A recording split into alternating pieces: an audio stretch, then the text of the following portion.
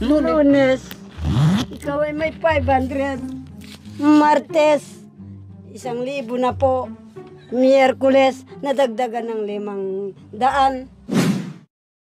So, mga kababayan, nandito po yung madam ko na nakilala ko po sa paglalaba ko sa bayan. Naghanap po kami na matutulungan na yung hindi na nakakapagtrabaho po. Kaya wag niyo pong kalilimutan kayong mga kababayan. Nandito po si Madam Aquino, ang aking madam. Sekretarya po ako. May sekretary pala ako kaya. Napili po ako dito sa bundok ng Pampanga. Sekretarya kaya pala may dala kang ballpen. Sekretarya daw po ako ng Aquino. Saan mo ba napulot yung ballpen na yan? Sa daan lang? Ha? Ang ganda ng banat mo nakahawak lang ng ballpen, naging sekretarya ka ngayon. Huwag kalimutan buong mundo. Palagi pong manonood po kayo. Ako po isang Aita, napili po dito sa bundok po. Ngayon, punta na naman po kami doon sa isang kawawang matanda. Matanda naman po siya sa akin. 69. Sabi nyo, sekretarya kayo. Nasaan na yung papel nyo? Naiwan ko po yung papel na binigay nyo. May binigay pala akong papel siya. Mula Batanes hanggang Hulo, kung bansa, lori, Aquino Talita. Wow! Mula Batanes hanggang Hulo, kayo po ay makikinig dito, makikipanood yung walang cellphone. Dahil kami ay sa buong mundo, Lore, Aquino Talita.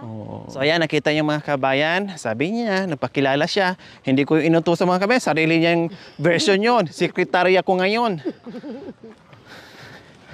Kaya, ayan, puntahan namin. Ay, sino po palang puntahan natin ngayon? Kasi kayo may hawak sa mga... Dito po, sa Kagdan. Naka-schedule tayo. Dalawa po. So ayan po mga kabayan, puntahan na natin sa bahay ni Nanay. Kasama pa rin natin si Nanay Delia. Kaya nyo, Nanay Delia? Kayo pong maalala ko, madulas pa yun. Abay, kayo po mag-alala sa akin na mas bata po ako sa inyo. Kayo pong inaalala ko Sineros mo, ma'am. Madulas pa ganito, Nanay Delia, ano? Ito po yung mga... Hello! Sabi mo, sekretary kita ngayon. Salamat, Mrs. Secretary. Hello! Kumusta po kayo, Nay? Buti po, wala po kayong upuan. Ay, okay lang po. Ito, pwedeng upuan? Sige, dito na tayo. Upo po kayo dyan kung pwede natin itong upuan. Ako makikiupo na dito. Ay, kabayo ka. Natuwad pala. Ayan. Anong pangalan ni Nanay? Celia po. Si Nanay Celia. Tamang-tama ang pangalan nyo, Nanay Celia. Wala tayong Celia. Kaya wala tayong inuupuan ngayon. Pero maganda na rin dito tayo uupo. Di ba? So, musta naman po ang buhay-buhay dito, Nanay Celia, sa kabundukan? Minsan po, mahirap. Katulad ko po, hindi na po ako nakapagtrabaho na magtanim. Para sa kabuhayan ko, hindi na po. Kaya nasasabi nyo, minsan mahirap, Opo. minsan okay. Okay po yung pag naligtasan ko sa pagkakasakit ko. Kaya nasasabi ko yun. Tama. So yung okay na buhay na kahit Opo. mahirap, pero hindi ka nagkakasakit. Opo. Yung hindi okay, yung mahirap ka na, tapos nagkakasakit ka pa. Kumusta naman? Ilan po ang anak ni Nanay Celia? Marami po sila. Marami. Ilan po sa marami? Nagkapamilya Mayroon na silang pamilya. Opo, kanya-kanya sa ibang baryo. Sa Sino po ang kasama niyo po dito sa bahay? mga apo ko, yung walang nanay. Nasaan po yung mister niyo? Patay na po. Patay na? Opo. So, ang ginagawa niyo po dito na Celia, ay pasyal-pasyal na lang sa mga Opo. anak. Hindi na kayo makakapaghanap buhay. Hindi na po. Kasi po, kung umaakyat ako dito, parang sinisikipang yung... Inihingal po Opo, kayo, hindi niyo na po kaya. Ilang taon na po kay Nanay Celia? Mga 70 po. Mga 70 years old. So, mahina lang talaga ang katawan niyo or may sakit din po kayo. O kumusta naman po yung maghapon nyo ngayon, yung araw nyo ngayon? Anong ginagawa nyo po? Nanay Celia. Naligo po tapos nagwalis ako doon sa bahay ng anak ko. Mamaya nandito ako. Ito po ang inaalagaan ko kasi nasa ospital ang nanay niya. Ay, nasa ospital yung nanay niya. Opo, pina-check up yung 4 months na anak niya. Pumunta sa ospital kasi Opo. pina-check up yung Maliit. kapatid nito, yung maliit. Kaya po pinaalaga sa atin ito. So, Nanay Celia, pag sa umaga, nandoon kayo sa mga anak nyo. Opo. Pag sa gabi naman, umuwi kayo dito kayo Opo. natutulog. Dito po. Wow, ang cute naman ng bahay nyo. Noong po nag-iba yung bahay ng anak ko, hindi nila nakuha yung damit nilang nagkasako. Sabi ko po, bakit hindi niya kunin ng... Tignan mo po, ma'am. Siguro marami itong nangutang sa kanya kasi busy sa pagsusulat. Oh, kumusta naman po ang bahay nyo dito, Nanay? Ang cute-cute naman. Siguro ang lamig dito. Ang sarap itong matulog. Oh, 'di ba? Aircon magkabilaan. Pati bubong naka-aircon na din. Nanay Celia. Oh. Nakakayaman po yung bahay ko. Ano ba tong nakalagay dito? Wala. Ma'am, excuse po, dahan-dahan po. Sinusulat ko po kasi yung sinasabi. Ano po yung secretary? Dahan-dahan lang po, sinusulat ko po. Ay, sorry naman. Pasensya na po, Miss Secretary ha. Sinusulat nyo pala dyan yung aking sinasabi lahat. Opo, ma'am. So, i-review mo yung mamaya ha kung talagang sakto yung mga sinulat mo lahat. Lahat ng bigkas ko nakasulat dyan, siguraduhin nyo. Opo, ma'am. Wow. Patingin nga sa sinusulat nyo. Ininterrupt nyo ako eh. Hindi pa po natuloy yung iba. Sige. Mamaya na yan ha. Okay, busy yung sekretary natin. Hayaan natin siya dyan. Para tong nasa hearing tayo, abogado. Tsaka ito yung, may tawag doon yung taga-sulat. No, siya yun. Kasi siya yung abogada na hindi natuloy sa pag-aaral. Kasi ayaw ng magulang niya na mag-aral daw. Kaya grade 2 lang ang tinapos. Kasi gusto magtrabaho sa tatay niya. Okay, sige. Anong ulam? Walang kanin dito. Ulam to. Hindi na po Ay, ako wala din. Hindi na po ako nagsaing kanina dito pong tanghalian, ma'am. Pinakain ko po kasi yung bata doon. Nakikain ako. Pagkagabi, dadalhin ko yung bata. Pagkalalinis na dito kami matutulog. So malungkot kayo dito, Nanay Celia, kasi wala naman kayong kasama pag sa gabi na. 2 bata po yung kasama ko. Ayun, tama po yun. Magpapasama kayo. Para kahit papaano pag natulog kayo dito, may kasama kayo. Murang namatay ang nanay niya, 5 taon pa lang po, napalaki ko na yung nakapag-aaral. Wow, ilang taon na ngayon? Ewan po, nilitaw mo yung asawa. Ito. 13 na po. So, buhat nung Namatay yung nanay, kayo na ang nagpalaki. Opo. Parang anak nyo na din. Isang pamilya na po. Isang apo nyo lang Opo. Marami sila. na magkakapatid. Hindi, 3 lang sila. Yung isa lalaki, nagpapastol ng karabaw. Yung bungso nandyan. Iyan ang inaalagaan nyo din po. Opo. So, Tama sino naghahanap buhay sa kanila? Kasi may sakit na po kayo. Kung minsan nakakita ng nakapagtrabaho yung tatay nila, binibigyan din sila. Pati ako kumakain. Nandiyan naman yung tatay. Alam nyo, yung anak nyo doon, yung tatay o yung nanay? Tatay po. Yung tatay ang anak nyo. So, yun po mga kabayan, salit ni nanay, pero ang daming obligasyon, nag-aalaga sa mga apo, tinutulungan ng mga anak niya. Tinutulungan Plus, ko po meron yung... pa siyang pinalaki na maagang namatay ng magulang.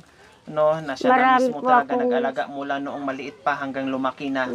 Siya pa rin ang nag-aalaga. Napakasipag. Bibihira lang ang tulad nila, mga dakilang nanay, dakilang lula o lulo na talaga nag-aalaga.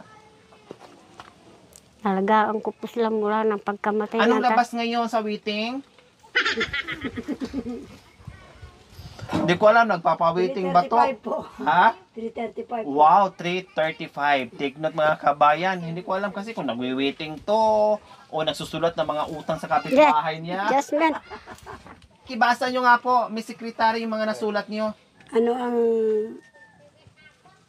kalagayan ninyo, Nanay Celia? Kayong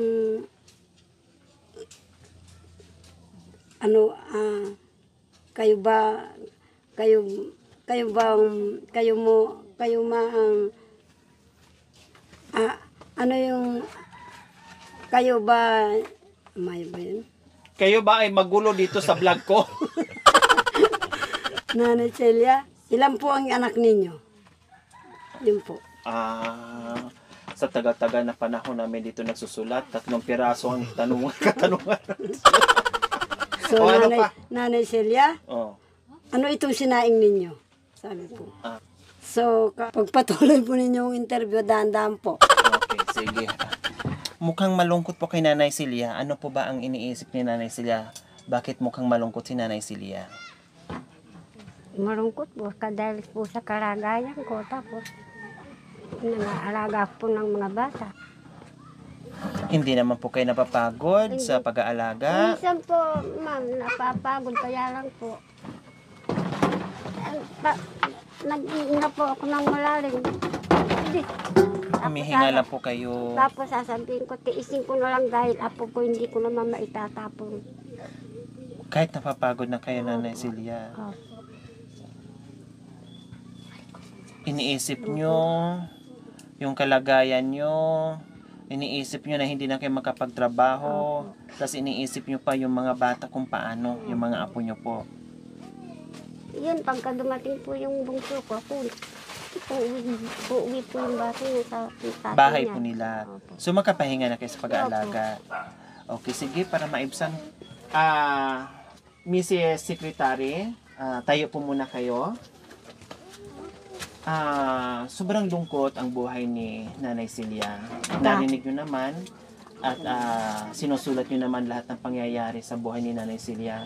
Sobrang lungkot ng buhay niya, no? Gusto ko kahit papaano ay mahandugan mo siya ng kanta na mapasaya natin siya. Dahil nakakaawa naman na puro na lang problema, puro na lang lungkot yung buhay, hindi na nakaranas ng saya sa buhay. Kaya pwede ba ay bigyan natin ng konting kasiyahan itong ating kapatid? Lunes, Nang tayo'y magkakilala, Martes, nang tayo'y muling nagkita, Miyerkules, nagtapat ka ng iyong pag-ibig, Huwebes, ay inibig din kita, Biyernes, mga puso natin ay nag-aawitan, Sabado, tayong dalawa ay nagkatampuan, Linggo, mag-resign ka na sa pagiging...